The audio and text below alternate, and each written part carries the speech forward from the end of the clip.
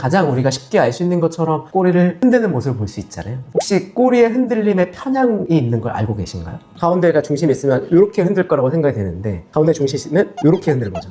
실제로 긍정적일 때는 주로 아이들이 오른쪽으로 편향이 돼서 꼬리를 흔드는 모습이 보였고, 부정적인 자극이 있을 때는 주로 왼쪽으로 편향이 되어서 꼬리를 흔드는 모습을 보였다고 하거든요. 저도 좀 몰랐었는데 좀 앞으로 평소에 꼬리를 좀 흔들 때는 저도 좀 한번 지켜보려고 해요. 제가 생각할 때 지금까지 말씀드린 10가지의 언어 중에 가장 적극적인 언어라고 저는 생각이 되거든요. 입 주변을 많이 핥아주는 것들을 볼 수 있고, 그게 뭐 애정에 대한 표현이라고 오해하실 수도 있거든요. 근데 사실 사람들처럼 이런 언어로서 대화를 안 하다 뿐이지 여러 가지 방법을 통해 가지고 우리와 함께 의사소통을 하고 있는 거죠. 언어라는 거를 국한해서 그런 음성으로만 정의를 할 거냐, 아니면 흔히 얘기하는 바디랭귀지라고 하잖아요. 그런 것까지 포함을 할 거냐라고 한다면 사실 뭐 아이들은 저희와 항상 끊임없이 소통을 하고 있는 중이죠. 그럼 본인들이 하고 싶은 말을 좀 어떻게 표현을 하나요? 꼭 학문적으로 깊게 생각을 하지 않더라도 강아지와 함께 오랜 생활을 하다 보면 저 역시도 수의사가 되기 전부터도 어떻게 보면 본능적으로 좀 알 수 있는 이런 것들이 좀 있긴 하거든요. 그러니까 아이들이 사람들과는 어떻게 의사소통을 하는지, 혹은 강아지들 사이에서는 어떻게 의사소통을 하는지에 대해서 말로 표현만 안 됐을 뿐이지 우리가 그동안 직관적으로 알고 있던 내용들이긴 한데, 저도 사실 이번 편을 준비를 하면서 추가적으로 행동학적인 부분들, 저도 처음 보는 내용들도 있기는 해서 좀 흥미로운 영상이 될 것 같아요. 아이들이 우리와 함께 의사소통을 하려는 노력을 4가지의 방법으로 좀 하고 있거든요. 감각을 이용을 하는 거죠. 시각적 소통, 청각적 소통, 후각적 소통, 촉각적 소통, 이렇게 총 4가지로 구분을 할 수 있을 거고, 시각적 소통을 하는 5가지, 청각적 소통을 하는 3가지, 그리고 후각적 소통 방법 1가지, 촉각적 소통 방법 1가지, 이렇게 해서 총 10가지를 안내를 해드려 볼게요. 그동안 우리가 생각했던 거와는 다르게 아이들의 마음은 그렇지 않은데 우리가 오해했던 행동들도 좀 있는 것 같으니까 끝까지 한번 다 지켜봐 주시면 될 것 같아요. 네.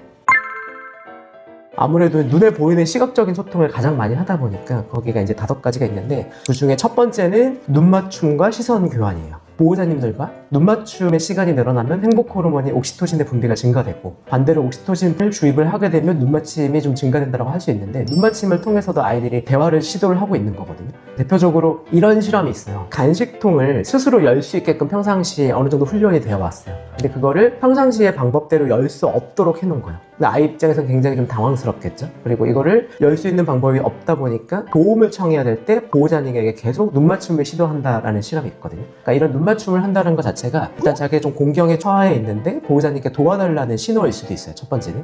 그리고 또 하나는 시선을 교차하기도 하는데, 그거는 어떤 물건과 보호자님 눈을 계속 왔다 갔다 교차하는 것들, 대표적으로 이제 장난감 같은 게 있을 거예요. 통통이 같은 경우에는 놀자고 할 때 장난감 한번 쳐다보고 저 한번 쳐다보고 장난감 봤다가 저 봤다가, 이거는 그 장난감으로 좀 놀아달라고 저한테 말을 하고 있는 거거든요, 몸으로서. 첫 번째가 눈맞춤과 시선 교환이 있습니다. 근데 반대로 강아지들이 보호자의 눈을 피할 때가 있잖아요. 그럴 때는 어떤 의미가 있는 걸까요? 그렇죠. 뭔가 눈치 볼 때, 가장 대표적으로 배변 실수했을 때, 소변 대변 보는 걸 실수했을 때 이제 눈치를 볼 때 눈을 좀 피하기도 하죠. 혼나거나 스스로 잘못한 걸 인지했을 때 눈 마주침을 피하는 것도 일종의 언어로 볼 수 있을 것 같아요. 두 번째는 몸의 자세와 크기를 조절하는 겁니다. 서로 모르는 강아지끼리 맞닥뜨렸을 때 일부러 자기를 좀 과시하려고 몸을 크게 만드는 행동도 있을 거고, 아니면 반대로 몸을 조금 수그려서 스스로 자기의 몸을 작게 만드는 행동인데, 일반적으로 아시는 것처럼 자기 몸을 이렇게 부풀리는 거는, 크게 만드는 거는 스스로 자신감 있고 상대방을 좀 경계하고 있다, 혹은 자기가 지금 위협에 처해 있거나 이런 것들을 겉으로 표현하는 게 좀 될 수 있을 거고요. 반대로 몸을 좀 작게 만드는 거는 자기가 좀 불안감을 느끼거나 두려움에 있거나, 아니면 상대방을 조금 안정시키려는 의도로 자기 몸을 조금 수그려서 작게 만드는 행동을 보이기도 합니다. 세 번째 언어는 꼬리의 위치와 흔들림의 정도이거든요. 근데 이거는 가장 우리가 쉽게 알 수 있는 것처럼 행복하거나 즐겁거나 보호자님 보고 반가운 마음에 엄청나게 빠른 속도로 꼬리를 치켜들고 흔드는 모습을 볼 수 있잖아요. 꼬리의 위치, 아무래도 이제 높게 들었을 때는 자신감도 있고 흥분의 상태, 아이가 어느 정도 긍정적인 상태로 흔드는 모습을 좀 볼 수 있고, 그 흔드는 정도, 얼마나 빠르게 흔드느냐에 따라서 감정의 정도도 저희가 알 수 있어요. 그리고 또 하나는 꼬리를 들기는 했지만 흔들지 않고 가만히 있는다, 이럴 때는 오히려 좀 경계하는 걸 볼 수 있고, 저도 이번 편을 좀 공부하면서 알게 된 건데, 꼬리를 이렇게 막 흔들잖아요. 오른쪽 왼쪽 왔다가 흔드는데, 혹시 꼬리의 흔들림에 편향이 있는 걸 알고 계신가요? 그게 무슨 얘기냐면 주로 오른쪽으로 흔드는 경우가 있고 주로 왼쪽으로 흔드는 경우가 있대요. 가운데가 중심이 있으면 이렇게 흔들 거라고 생각이 되는데, 가운데 중심이 있으면 이렇게 흔드는 거죠. 그리고 이쪽에서 흔드는 거고 이런 편향된 그러니까 이렇게 흔들지 않고 대칭적으로 실질적으로 이제 실험을 한 건데 긍정적인 반응이 있을 때 아이들이 꼬리를 흔드는 방향과 부정적인 자극이 있을 때 아이들이 꼬리를 흔드는 방향을 연구를 하고 실험을 해봤는데 실제로 긍정적일 때는 주로 아이들이 오른쪽으로 편향이 돼서 꼬리를 흔드는 모습이 보였고 부정적인 자극이 있을 때는 주로 왼쪽으로 편향이 되어서 꼬리를 흔드는 모습을 보였다고 하거든요. 근데 이거는 추측컨대 오른쪽 뇌와 왼쪽 뇌가 하는 일이 좀 다르다 보니까 주로 이제 왼쪽의 전두엽이 긍정적인 신호를 받아들이는 곳이거든요. 그러다 보니까 왼쪽의 뇌의 반대편이 오른쪽으로 꼬리의 흔들림이 주로 편향돼서 나타났을 것이다 라고 추측을 하고 있고 부정적인 신호를 받아들이는 오른쪽 뇌가 작용을 했을 때 자극이 되었을 때는 반대쪽이 왼쪽으로 편향이 돼서 꼬리를 흔들었을 것이다 라는 가설이 좀 있습니다. 요거는 저도 좀 몰랐었는데 좀 앞으로 평소에 꼬리를 좀 흔들 때는 양쪽으로 흔드는 데도 있을 수 있겠지만 이게 오른쪽으로 주로 편향이 되는 흔드는지 왼쪽으로 편향이 되는 흔드는지를 저도 좀 한번 지켜보려고 해요. 요거는 저도 좀 신기하고 재밌더라고요. 매번 또 그런 건 아니겠지만 이런 경향성이 있다는 연구 결과가 있으니까 재미있을 것 같아요. 지켜보면. 기준으로 오른쪽인가요? 맞아요. 저희가 진료 볼 때 항상 좀 헷갈리면 안 되는 게 예를 들어서 눈이 아프다 혹은 뭐 귀가 안 좋다라고 했을 때 보호자님께 여쭤봐요. 아이 오른쪽 눈이 안 좋나요? 왼쪽 눈이 안 좋나요? 물어보면 보호자님들이 오른쪽 눈이 안 좋다라고 해도 왼쪽 눈이 안 좋은 경우가 많거든요. 보호자님이 아이를 봤을 때 오른쪽 눈을 오른쪽 눈이라고 표현하신다거나 보호자님이 아이를 봤을 때 오른쪽 귀가 안 좋으니까 오른쪽 귀라고 표현하셨는데 아이 입장에서는 왼쪽이었던 거죠. 그래서 말씀하신 것처럼 오른쪽으로 편향이 돼서 꼬리를 흔드는 게 긍정적인 신호일 가능성이 높다고 말씀드렸다면 아마 보호자님이 보시는 방향은 왼쪽인 것 같아요. 정면으로 바라본다면. 네 번째 강아지들의 언어는 귀의 위치입니다. 또 이것도 아마 본능적으로 많이 알고 계실 건데 흔히 뭐 물개귀라고 해가지고 완전히 뒤로 들어가 있는 거죠. 완전히 뒤로 좀 젖혀 있는 경우에는 두려움에 있는 상황이거나 위협을 느낀 상황일 때 완전히 이제 뒤로 눕히는 경우를 좀 볼 수 있고 반대로 앞으로 쫑긋 쓰는 상태 같은 경우에는 무언가에 집중하거나 거기에 대한 호기심이 있을 때 본인의 감정의 상태에 따라서 귀의 위치가 달라지기도 합니다. 다섯 번째 언어는 입과 혀의 움직임입니다. 아이들이 보호자님 와가지고 입 주변을 많이 핥아주는 것들을 볼 수 있고 그게 뭐 애정에 대한 표현이라고 오해하실 수도 있거든요. 근데 사실 그러한 행동은 스트레스를 받고 있는 상황일 때 나타나는 혹은 상대방이 좀 스트레스를 받고 있는 상황처럼 보여서 그걸 좀 진정시키려는 행동의 모습이기도 합니다.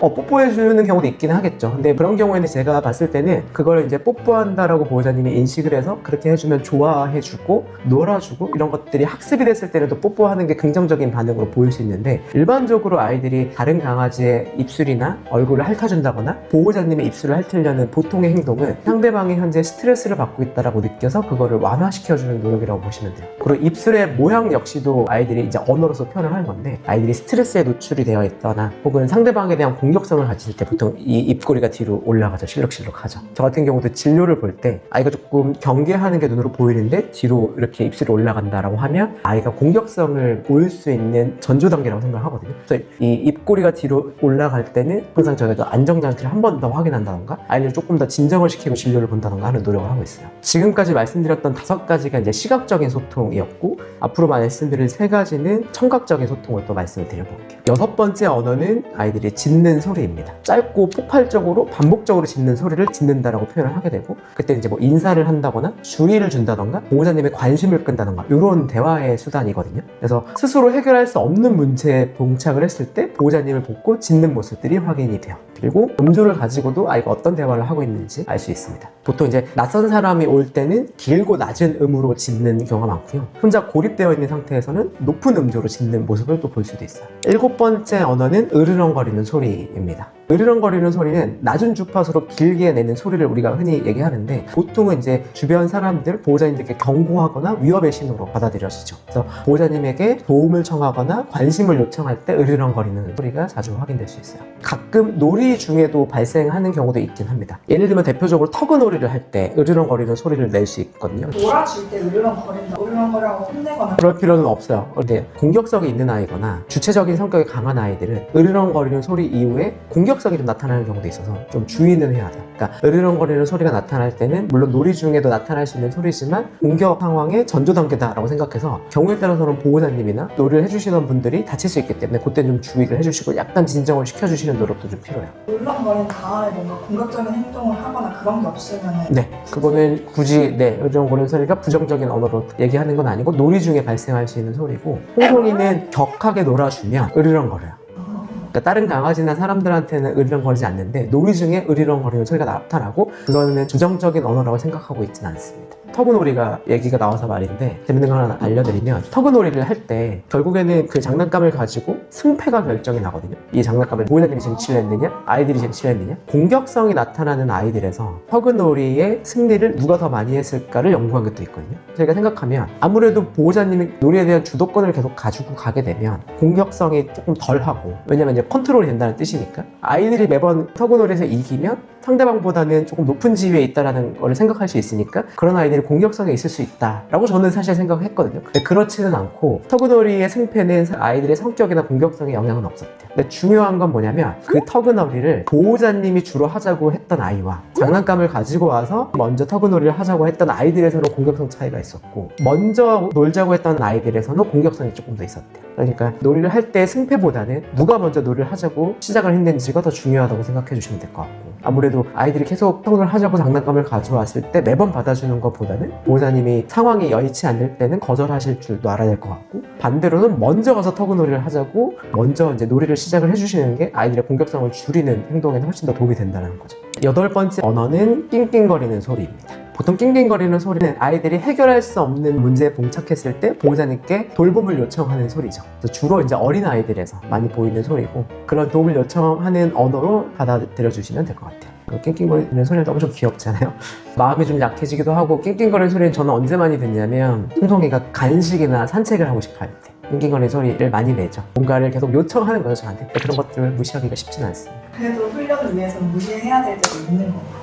훈련을 할 때는 또 훈련을 해주시는 거고 평상시에 그렇지 않고 낑낑거린다라고 하면 주변에 와서 원하는 게 있는 건 아닌지 한번 보시면 될 것 같아요. 지금까지 말씀드렸던 3가지 언어가 청각적인 소통이었습니다. 다음으로는 이제 후각적인 소통 하나를 말씀드릴 건데 9번째 언어는 냄새를 통한 소통입니다. 다 아시는 것처럼 아이들은 사람보다 훨씬 더 후각 능력을 가지고 있기 때문에 냄새를 통해서 많은 정보를 주고받거든요. 예전에 제가 다른 편에서 말씀드렸었는데 보호자님에서 풍기는 땀 냄새를 가지고도 스트레스의 정도를 파악하기도 하고 아이들끼리도 냄새로 소통하는 것들은 흔히 알고 계신 산책 중에 아이들이 마킹하는 모습이라던가 본인들의 샘 분비물 같은 것들을 통해서 대화하는 것도 언어라고 보실 수 있어요. 이런 것들은 사실 강아지들끼리의 대화 언어라고 볼 수 있고 사람에서는 조금 쉽진 않죠. 아이와 사람에서는 아이는 대화를 시도하는데 보호자님들이 그런 높은 후각 능력을 가지고 계시진 않기 때문에 그 언어를 알아듣기 좀 어려웠긴 합니다.